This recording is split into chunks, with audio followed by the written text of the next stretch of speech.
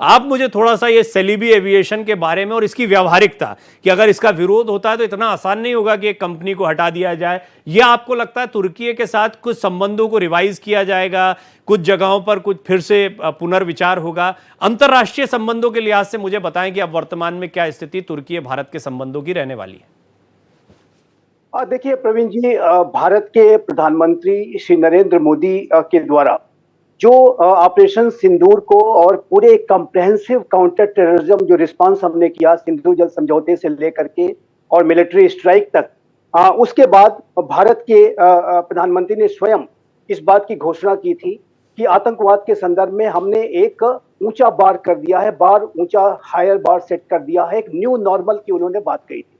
और उस new normal में ये स्पष्ट रूप से उन्होंने कहा था कि अब से यहां से ये जो नया भारत है वो आतंकवादियों में और आतंक को पनाह देने वालों में कोई फर्क नहीं करेगा। और जो भी ऐसे एक्टर्स हैं जो कि आतंकवादियों को सपोर्ट करने का कार्य करेंगे उनके ऊपर भी कॉस्ट इंपोज की जाएगी। और ये जो कॉस्ट इंपोज करने की जो प्रक्रिया है वो मेरे विचार से टर्की के संदर्भ में निसंदेह की जानी चाहिए। और मैं शाइना एनसी जी को और उनकी पार्टी शिवसेना को बहुत बधाई दूंगा कि उन्होंने एक बहुत अच्छा इनिशिएटिव लिया है और इसको आगे बढ़ाने की आवश्यकता है। जहां तक सरकार की प्रतिक्रिया का प्रश्न है तो मेरा ऐसा मानना है कि भारत की सरकार ऐसे विषयों को के ऊपर बड़े ही विवेकपूर्ण तरीके से और एक संतुलित तरीके से अपनी प्रतिक्रिया व्यक्त करती है।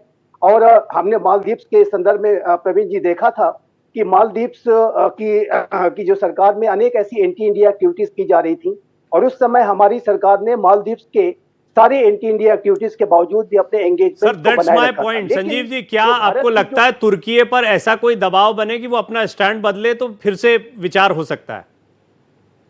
देखिए, दबाव बनाने की आवश्यकता है और इसी वजह से मैं कहता हूं कि ये जो आंतरिक रूप से राजनीतिक दलों के द्वारा, शिवसेना के द्वारा ये जो इनिशिएटिव लिया गया इसीलिए महत्वपूर्ण है क्योंकि देश की जनता के क्या सेंटिमेंट्स हैं, हमारे देश के अंदर किस तरीके के डिस्कशंस हैं, किस तरीके की राजनीतिक दलों के द्वारा इसको रिस्पॉन्ड किया जा रहा है, ये टर्की को पता चलना चाहिए।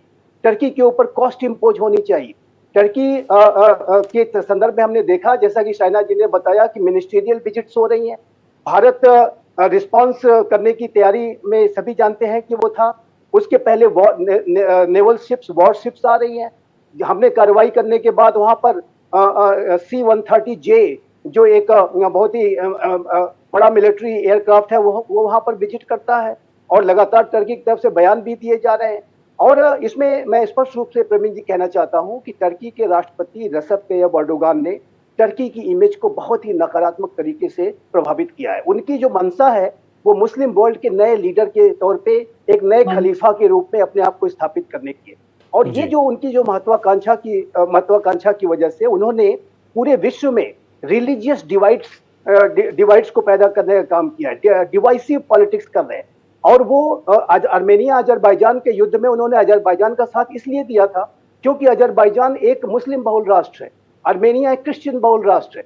और दोनों के बीच में टकराव को बढ़ा करके और एक क्लैश ऑफ सिविलाइजेशन, धर्मों के बीच में टकराव को बढ़ा करके उन्होंने मुस्लिम वर्ल्ड के एक लीडर के रूप में अपने आप को स्थापित करने की साजिश रची।